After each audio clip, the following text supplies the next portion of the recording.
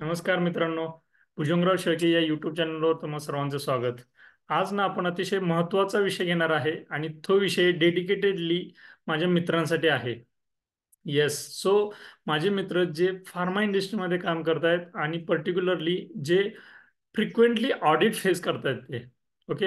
So मला माहिती आहे, मी स्वतः काम केलेलं आहे, मला माहिती आहे की एखादं ऑडिट ट्रिगर झालं असेल, एखादं ऑडिट डिक्लेअर झालं असेल, डेट्स असतील, शेड्यूल झाले असतील किंवा एखादा अनशेड्यूल ऑडिट पण असेल की त्या ऑडिटला फेस करायचं असेल तर आपल्याला काय काय गोष्टी कराव्या लागतात ते. एका बाजूला प्रोफेशनली ज्या ज्या ऍक्टिव्हिटीज आहेत, ज्या ज्या आपल्या टास्क आहेत आपल्या वर्क प्रोफाईलनुसार ते तर करणं कंपल्सरी आहेच आहे. शिवाय ते करत असताना त्या ऑडिटच्या अनुषंगानं जे काही प्रेशर येतं, वर्किंग आवर्स भरपूर वाढलेले असतात. घराकडे आपल्याला छोट्या छोट्या गोष्टींसाठी पण घरी आपल्याला वेळ देता येत नाही, आपल्या घरच्या जवळच्या व्यक्तींना वेळ देता येत नाही, आपल्याला दुसरी कुठली कामं असतील वैयक्तिक आपली कामं त्याला वेळ देता येत नाही. इवन विकेंडला पण आपल्या ऑडिटसाठी तयारीसाठी जावं लागतं ऑफिसमध्ये वगैरे. हे सगळं कंटिन्युअसली चालू असतंय आणि शिवाय दिवसभराचं शेड्यूल पण सकाळी लवकर जाऊन संध्याकाळी परत घरी येण्याचं काही टायमिंग नसतंय.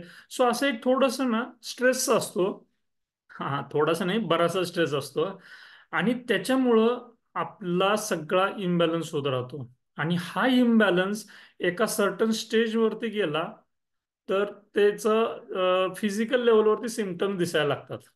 ओके.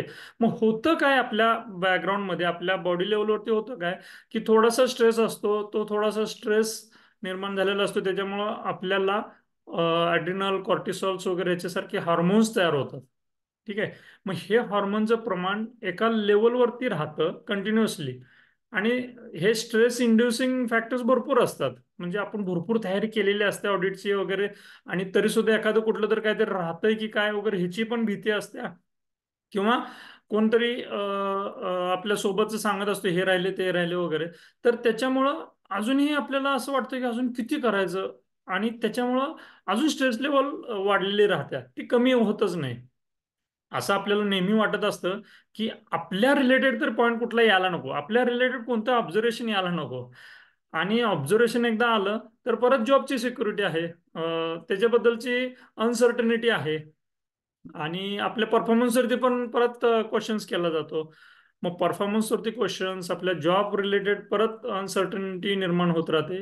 ह्याचाने आपल्या माइंडवरती प्रचंड मोठा दबाव निर्माण होतो. ओके. सो हे कंटिन्युअसली राहतं आणि त्याच्यामुळं आपल्या स्ट्रेस लेवल जो असतो तो स्ट्रेस लेवल कमीच होत नाही. आणि नाही झाला की मग आपलं शेवटी हे शरीर आहे हे थोडंसं मग द्यायला चालू करतं, तक्रारी चालू होतात, किरकोळ किरकोळ त्रास जाणवायला चालू होतो वगैरे. आणि मग ही फेज कंटिन्युअसली राहते.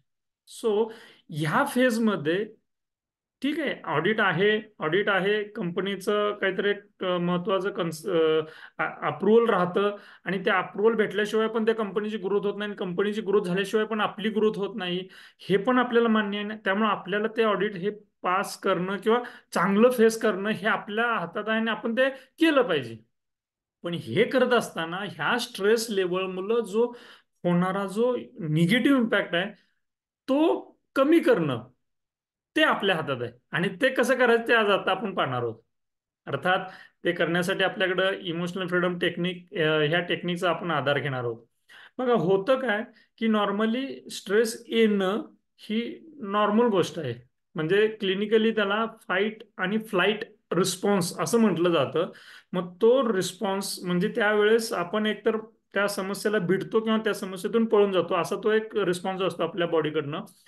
सो तो रिस्पॉन्स एका सर्टन परिस्थिती म्हणजे एका वेळेनंतर ती परिस्थिती नॉर्मल झाल्यानंतर आपलं शरीर पण नॉर्मल होतं. पण कंटिन्युअसली जर तसा स्ट्रेस रिस्पॉन्स इंड्यूस होत असेल आपल्या ह्या सिस्टममध्ये, बायोकेमिस्ट्रीचा जर तसा जो रिस्पॉन्स जर कंटिन्युअसली इंड्यूस होत असेल, तर हा जो काही सिक्रेट झालेला जो काही हार्मोन्स आहेत, जे टॉक्झिक हार्मोन्स आहेत, ते न्यूट्रल होण्यासाठी आपण टॅपिंगचा आधार घ्यायचा. टॅपिंग ज्यावेळेस आपण करतो त्यावेळेस हा स्ट्रेस हा त्या त्या लेवलवरती लगेच न्यूट्रल होतो. जेवढं आपण न्यूट्रल करून ना तो स्ट्रेस, तेवढं आपण जे पण काय आपण काम करतो त्या कामामध्ये फोकस्ड राहता येतं आपल्याला. आणि एकदा का फोकस्ड असेल तर एरर राहत नाहीत, आणि एरर नाही झालं तर मग पुढचे जे काही कॉन्सिक्वेन्सेस आहेत, जे निगेटिव्ह कॉन्सिक्वेन्सेस आहेत त्याचा आपल्याला विचार करण्याची एवढं काही गरज लागत नाही. ओके, आणि ही एकदम छोटी आणि सोपी प्रोसेस आहे ही टॅपिंगची. माझी अशी इच्छा आहे की ह्या टॅपिंगच्या प्रोसेसमध्ये तुम्ही एकदा अनुभव घ्या ह्या प्रोसेसचा, आणि स्वतः तुम्ही डेली बेसिसवरती करा. At least to the focus audit असेल त्यावेळेस तर नक्कीच हे करा. ओके. आता ही जी आता मी टॅपिंग स्क्रिप्ट आता मी तुम्हाला शेअर करतोय, तर याच्यामध्ये ना तुम्हाला त्याच्या रिलेटेड त्या थॉटच्या रिलेटेड अजून जर काही प्लस मायनस म्हणजेच विचार जर कोणते किंवा भावना जर कुठल्या ऍड करायचे असतील तर तुम्ही ते ऍड करू शकताय, की ज्या तुमच्या एक्सपिरियन्सला ट्यून असतील. म्हणजे तुम्हाला ते अनुभवलेलं असेल ते तुम्ही त्याच्यामध्ये ऍड करून स्वतः तुम्ही ते टॅपिंग करा. ओके. एकदा की ही प्रोसेस अनुभवून झाली की हा व्हिडिओ परत एकदा बघायचा आहे. आणि कशासाठी बघायचं आहे हे मी लास्ट पॉइंटला सांगेन. ठीक आहे. आता आपण टॅपिंग करूया. कसं टॅपिंग करायचं त्यासाठी मी आता एक स्क्रिप्ट शेअर करतोय. त्या स्क्रिप्टच्या माध्यमातून टॅपिंग करायचं आहे. मी जसं करतोय तसं तुम्ही करत राहायचंय. सुरुवातीला कराटे चॉप पॉईंट पासून. माझ्या कामाच्या ठिकाणी सततच्या होणाऱ्या ऑडिटमुळे मला स्वतःला तसेच माझ्या फॅमिलीलाही वेळ देता येत नाहीये. सुट्टी घेऊ शकत नाही. आपल्या मूळ गावी जायचं असेल तर सुट्टी नसल्याने जाऊ शकत नाहीये. इतकेच काय, तर दररोजच्या व्यायामासाठीही वेळ देऊ शकत नाहीये. सतत मानसिक तसेच शारीरिक तणाव असतो. असे असले तरी मी स्वतःला संपूर्णपणे स्वीकारतो. मी माझ्यावरती प्रेम करतो.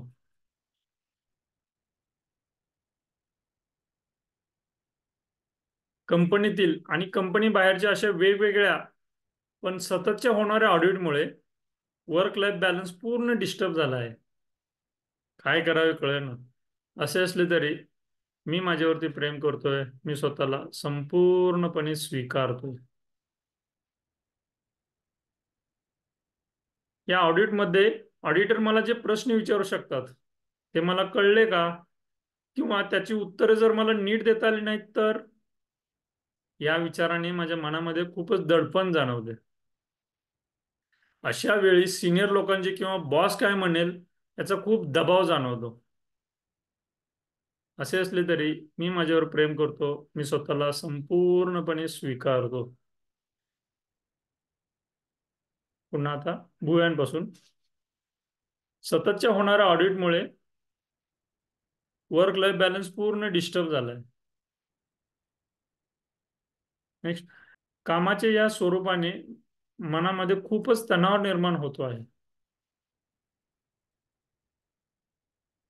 नेक्स्ट. स्वतःसाठी किंवा फॅमिलीसाठी वेळच देता येत नाही. माझे जगणे खूपच व्यस्त झालेलं आहे. खूपच बिझी झालेलं आहे. नेक्स्ट. गावाकडील काही कामासाठी वेळच देता येत नाही. सुट्टीच नसल्याने तिकडे जाताच येत नाही. याचीही मनात खंत आहे.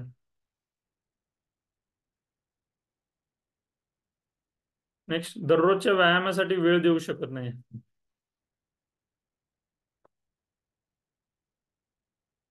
सततच्या तणावामुळे माझ्या शारीरिक तक्रारी वाढायला लागल्यात.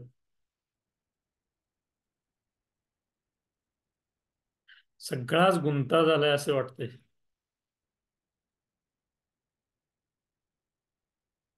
मी जे काही काम करतो आहे त्यामध्ये जर काय ऑब्झर्वेशन निघालं तर याचा खूप दबाव वाढतो. खूपच टेन्शन येतं. नेक्स्ट. एखादे ऑब्झर्वेशन आले तर माझे जॉबचे काय होईल. नेक्स्ट. हा विचार मनात आला तर अजूनच दडपण जाणवते.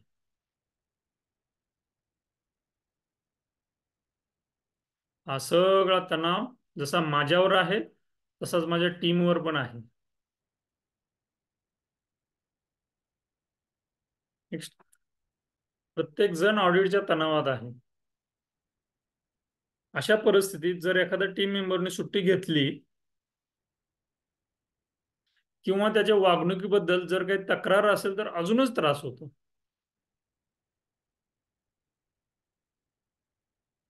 ऑडिटमध्ये कंपनीकडून किंवा बॉसकडून खूपच अपेक्षा आहेत. त्या व्यवस्थित पूर्ण नाही झाल्या तर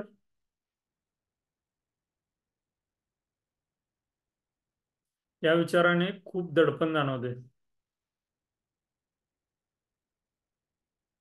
मी ज्या डिपार्टमेंटमध्ये काम करतो आहे तेथील रेग्युलेटरी रिक्वायरमेंट्स व्यवस्थित पूर्ण करू की नाही याचाही दबाव जाणवतो, याचंही टेन्शन येतं.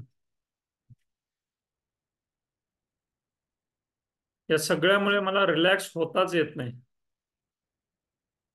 हा सगळा तणाव मी आता रिलीज करत आहे. माझ्या मनातल्या या सगळ्या भावना मी आता रिलीज करत आहे. माझ्या मनातल्या या भावना सगळ्या आता मी रिलीज करत आहे. मी माझ्या भावनांवर नियंत्रण मिळवत आहे. मी माझा वर्क लाईफ बॅलन्स करत आहे. यासाठी मी पात्र आहे. मी सुट्टी घेऊन स्वतःला वेळ देत आहे. तसेच माझ्या फॅमिलीसाठीही वेळ देत आहे. याचे समाधान आहे माझ्यामध्ये. ऑडिट असणे हा कामाचा भाग आहे. नेक्स्ट, जर चांगले ऑडिट झाले तर कंपनीचा फायदा होईल. नंतर माझाही त्यामुळे फायदा होणार आहे. नेक्स्ट, त्यामुळे ऑडिट होणे हे माझ्यासाठी आणि कंपनीसाठी चांगलेच आहे. नेक्स्ट, म्हणून मी सगळा तणाव या टॅपिंगच्या माध्यमातून रिलीज करत आहे. मी माझ्या वेळेचा चांगला वापर करत आहे. मला स्वतःसाठी आणि फॅमिलीसाठी पुरेसा वेळ द्यायला जमायला लागले आहे. कारण मी तणावमुक्त आहे, त्यामुळे पटापट निर्णय घेतो आहे. ऑडिट असले तरी मी माझी सगळी वैयक्तिक कामे व्यवस्थित नियोजन करून करत आहे.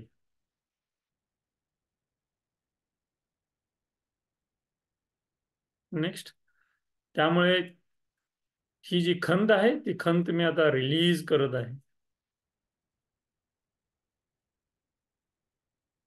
नेक्स्ट, आत्मविश्वासाने ऑडिटला सामोरे जाण्यास मी तयार आहे.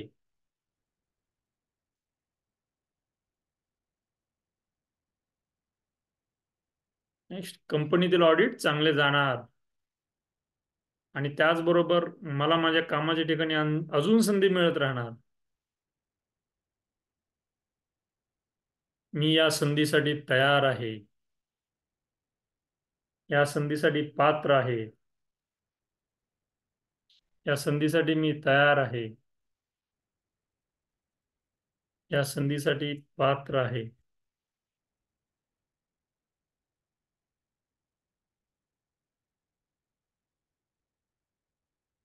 एक दोन दीर्घ श्वास घ्या आणि सोडा. ओके. सो आता ही ज्यावेळेस तुम्ही पहिल्यांदा टॅपिंग असं सोबत अनुभवलेलं आहे, व्हिडिओ पाहत पाहत अनुभवलेला आहे. सो माझी अशी रिक्वेस्ट आहे, तुम्ही ऑफिसला येताना किंवा ऑफिसमधून जाताना वगैरे हे हेडफोन ऐकून तुम्ही व्यवस्थित याचा अनुभव घ्या, व्यवस्थित टॅपिंग करा आणि स्ट्रेस रिलीफ झालेला तुम्ही अनुभवा. माझी खात्री आहे की हा तुम्हाला अनुभव येईल. अनुभव येतो की नाही हे ही प्रोसेसमधून एकदा गेल्याशिवाय कळणार नाही. तुम्ही प्रोसेसमधून जा आणि काय अनुभव येतो हे मला कमेंट बॉक्समध्ये कमेंट करायला विसरू नका. So thank you. भेटूया पुढच्या व्हिडिओमध्ये. सबस्क्राईब केलं नसेल तर नक्की सबस्क्राईब करून मला सपोर्ट करा. धन्यवाद.